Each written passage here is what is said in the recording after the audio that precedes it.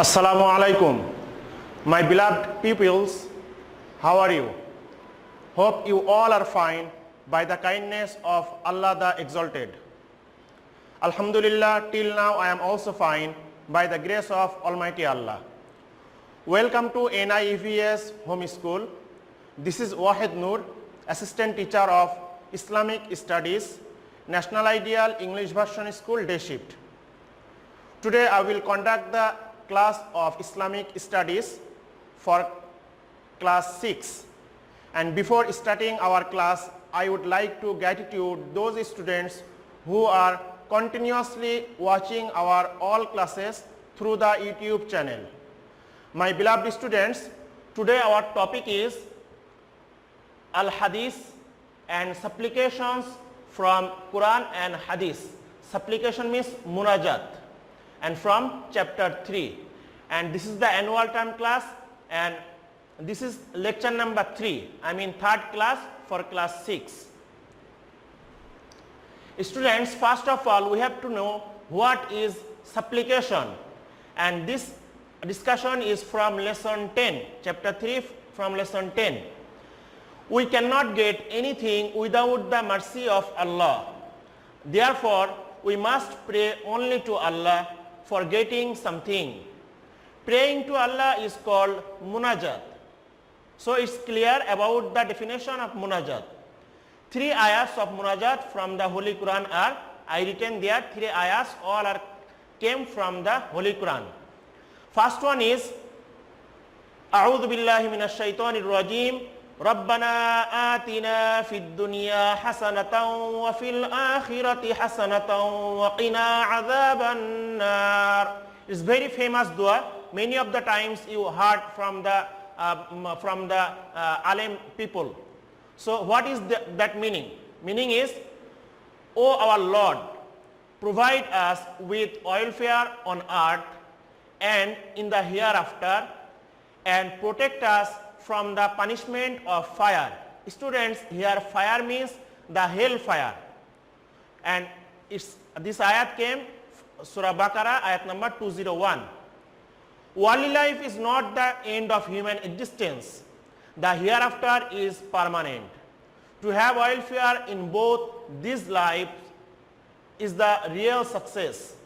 All success of mankind rests in the hands of Allah.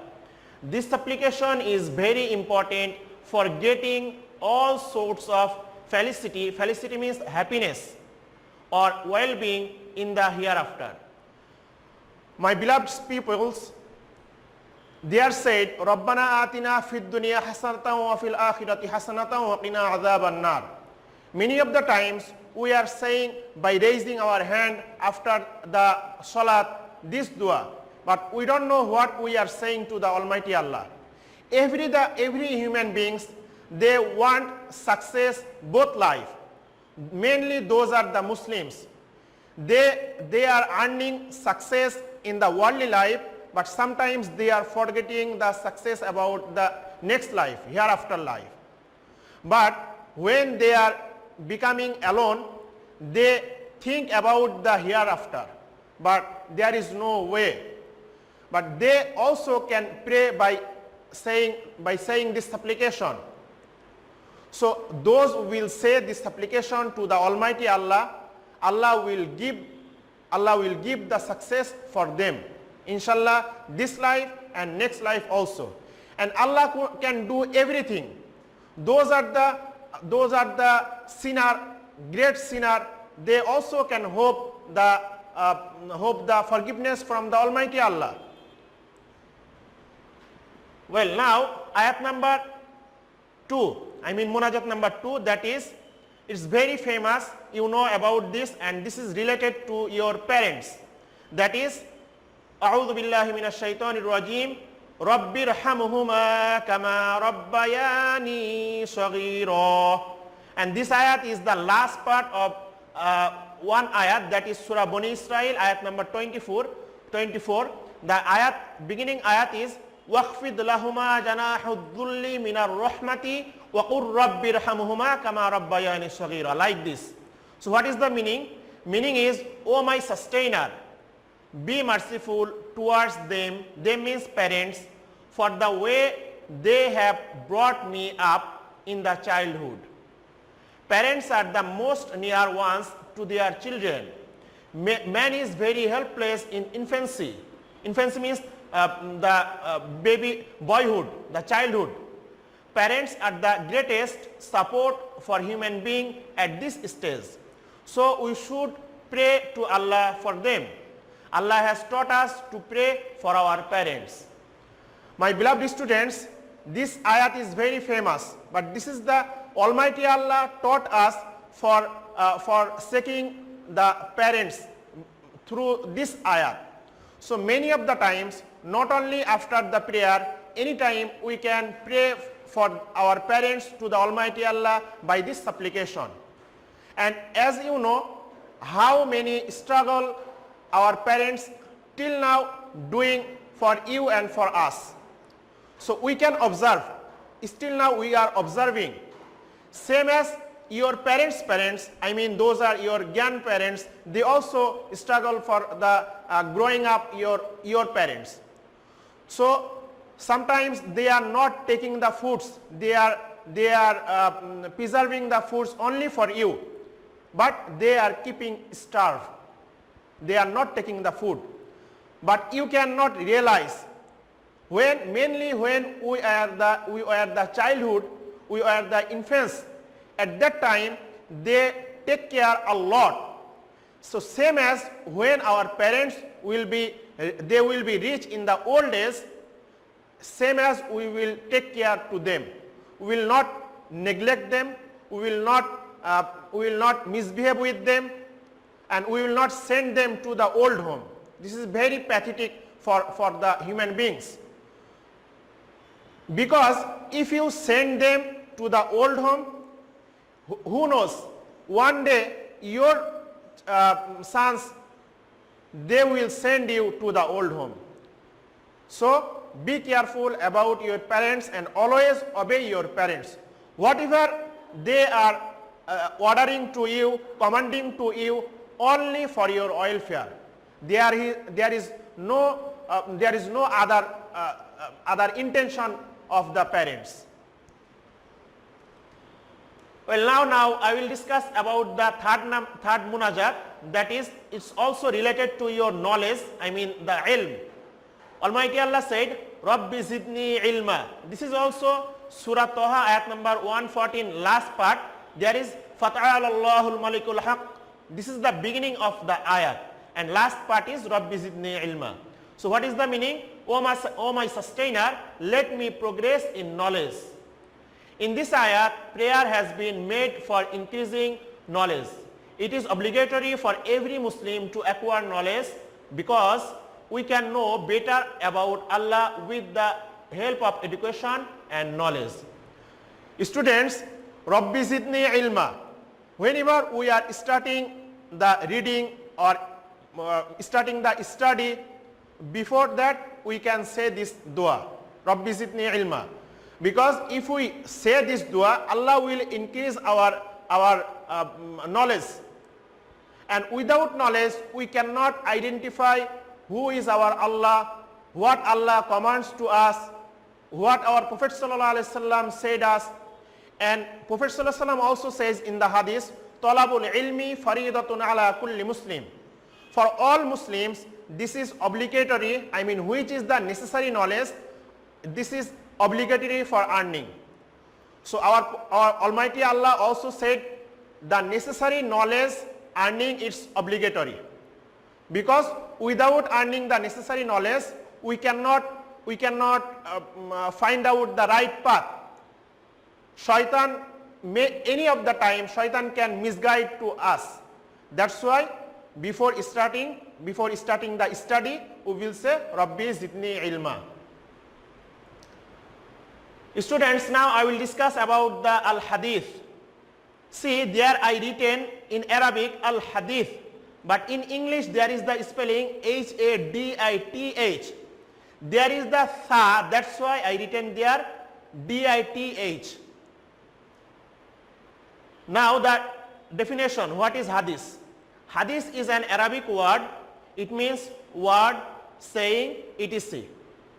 The words, deeds and approvals of the great Prophet sallallahu alaihi wasallam are called hadith.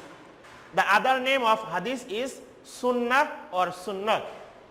My dear students, hadith, what our Prophet sallallahu alaihi wasallam has done or what he said or any of the time in front of Prophet sallallahu alaihi wasallam, Sahabis has done many of the works, but Prophet sallallahu alaihi wasallam was looking them, but he was silent approvals. He was silent by seeing Sahabis works. So that's also called hadith because Prophet sallallahu alaihi wasallam appreciate with the Sahabis work. That's why that third part also will be the hadith. So whatever our Prophet sallallahu alaihi wasallam said, works and the silent approvals, all are counted as the hadith. So how to preserve the hadith? Till now, how we are getting the hadith? It can be a question to you. The Sahabis used to compile all kinds of hadiths, such as I written there 5 points. Number 1 is by memorizing. It means when Prophet sallallahu alaihi wasallam said any words, then instantly Sahabis memorized that, and the Sahabis were too much talent. Number 2, by doing practically same as our Prophet sallallahu alaihi wasallam has done. It means our Prophet sallallahu alaihi wasallam sometimes practically shown to the Sahabis. That's why they also memorize and they also practically learn from the Prophet sallallahu alaihi wasallam. This also, like this, they also preserve the hadith. Number 3, by reaching the hadith to their relatives, friends, family members and others. It means when Sahabis heard any hadith, they reach that hadith to their family members or friends. By saying this, also they memorize and preserve.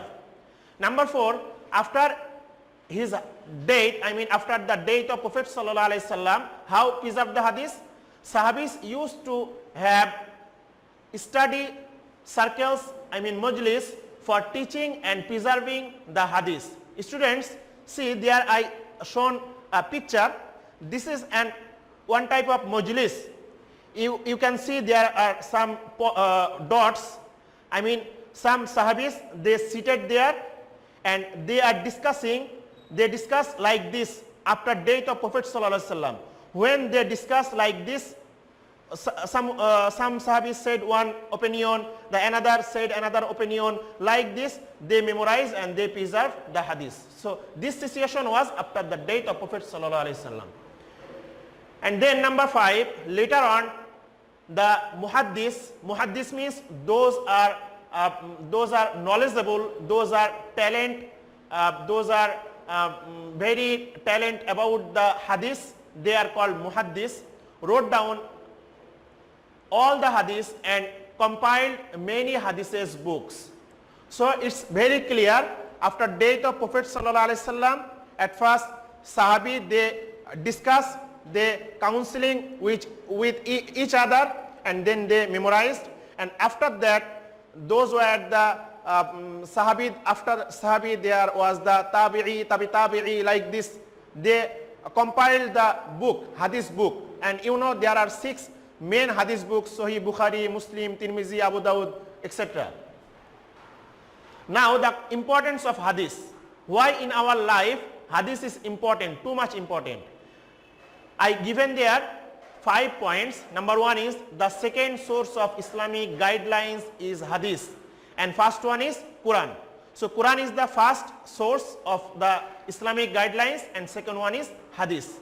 Number 2, the hadith is like the explanation of Al-Quran. So it's very clear how important the hadith is. It's an explanation of the Al-Quran. Number 3, we get the identity of Allah through the hadith. And Allah says, Ma a'udhu billahi minash shaitanir rajim, ma ataakumur rasulu fakhudhuhu, wa ma nahakum anhu fantahu. Meaning is, accept what the Rasul gives you and refrain from doing what he prohibits. Surah Ashr number 7, ayat number 7. And last number, we informed how to perform salat through hadith.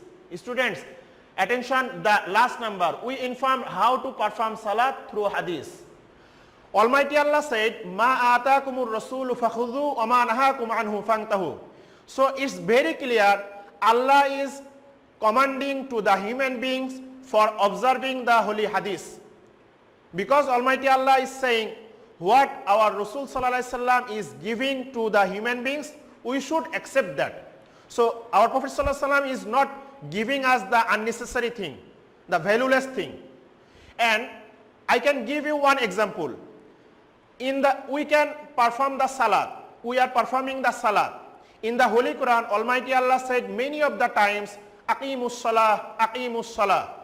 But Almighty Allah didn't say how we perform the salat, how many rakats of salat, what is the prohibited time of salat, what is the time schedule of salat.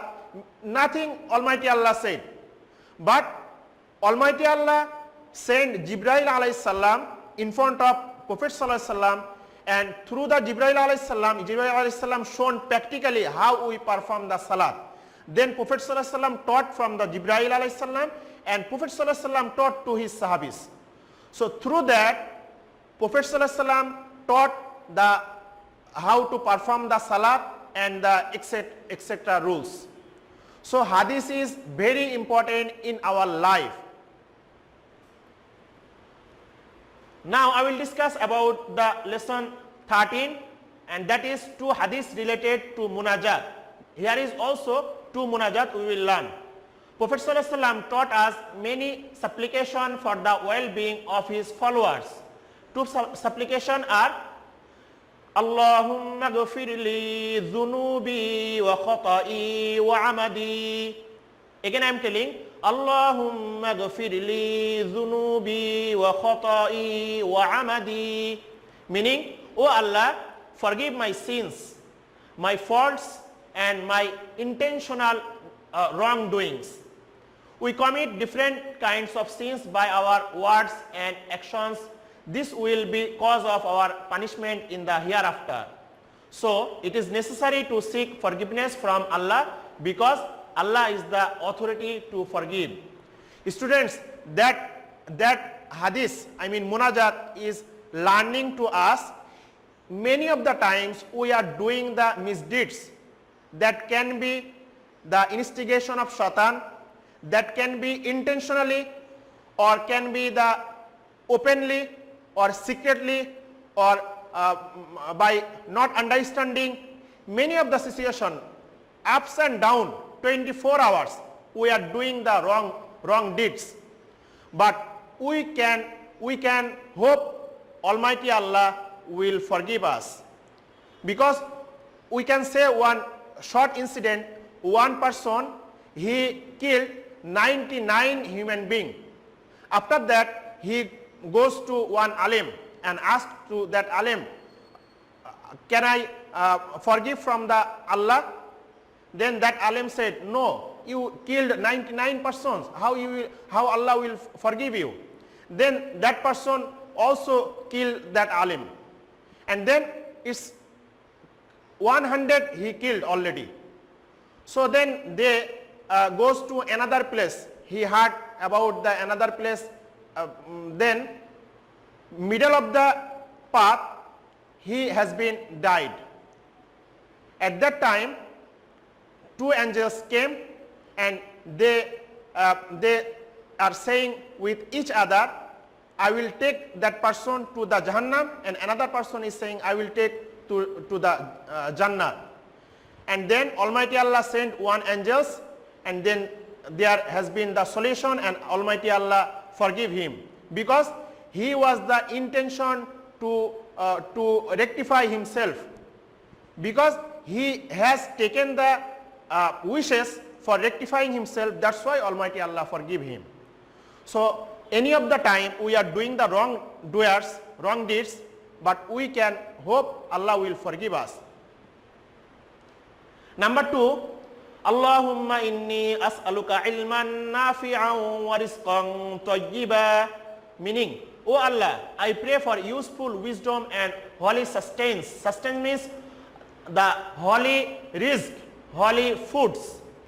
Islam has commanded us to take halal and holy food and acquire knowledge that is useful in the real sense of the term.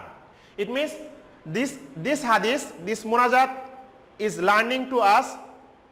We have to learn the knowledge and also we have to take the halal foods, because without halal foods, without taking the legal foods, our body will not be pure. If you take the illegal food, haram food, and if you gather in your body, then your whole body will be the bamboo of the Jahannam, will be the wood of the Jahannam, and our nothing ibadat will be accepted to the Almighty Allah. That's why this dua, Allahumma ghafir li dhunubi, Allahumma inni as'aluka ilman nafi'an wa rizqan tayyiba. This ayat, this hadith is you should learn. So students, I hope you all understood and you will memorize this supplication, 3 from the Holy Quran and 2 from the Holy Hadith. That's all for today. I hope you understood and keep learning at home. Stay safe, to abide by your parents. Keep performing 5 times prayer. See you later. Till then, Assalamu alaikum.